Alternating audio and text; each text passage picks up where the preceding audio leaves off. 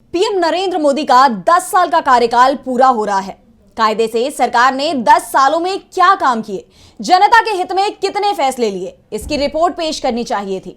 लेकिन सरकार अभी भी यूपीए सरकार का हिसाब करने में लगी है।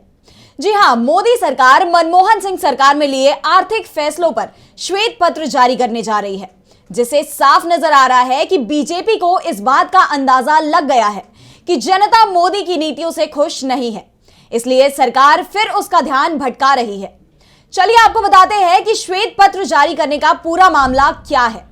पूरी खबर देखिए इस रिपोर्ट में। आगामी लोकसभा चुनाव को देखते हुए पार्टियां चुनाव की तैयारी में जुटी हुई हैं। इसी बीच बीजेपी तीसरी बार सत्ता में आना चाहती है, इसीलिए 10 साल से सत्ता में बैठी बीजेपी चुनाव की तैयारी में जुट गई है। बीजेपी ने राम मंदिर के मुद्दे को भुनाने की कोशिश की, लेकिन मुद्दा राम मंदिर उद्घाटन के साथ ही समाप्त हो गया। उसके बाद बीजेपी ने कर्पूरी ठाकुर को भारत रत्न देने का ऐलान किया ताकि अति पिछड़ों को साधा जा सके, लेकिन जब इससे भी काम बनता हुआ नजर नहीं आया तो फिर बिहार में तोड़फोड़ कर नीतीश को अपने पाले में बीजेपी ने कर लिया। उसके बाद झारखंड में भी बीजेपी बड़े खेल की तैयारी में थी, वहाँ भी बीजेपी का प्लान फेल हो गया और जनता का गुस्सा बीजेपी के खिलाफ बढ़ता ही जा रहा है। अब ऐसे में मोदी सरकार श्वेत पत्र जारी करने जा रही है। मोदी सरकार इस श्वेत पत्र में पूर्व की यूपीए सरकार की गलत नीतियों के बारे में जानकारी देगी। अब आपको बता दें कि साल 2004 से 2014 के बीच केंद्र में डॉक्टर मनमोहन सिंह के नेतृत्व में यूपीए सरकार का शासन था, इसीलिए मोदी सरकार इन 10 सालों के कथित आर्थिक कुप्रबंधन पर श्वेत पत्र लाने का फैसला लिया है। जानकारी तो इस बात की भी मिल रही है कि संसद का एक दिन का सत्र इसी वजह से बढ़ाया गया है। ये सत्र 9 फरवरी शुक्रवार की जगह अगले दिन 10 फरवरी शनिवार तक चलेगा। श्वेत पत्र में यूपीए सरकार के दौरान आर्थिक कुप्रबंधन का खुलासा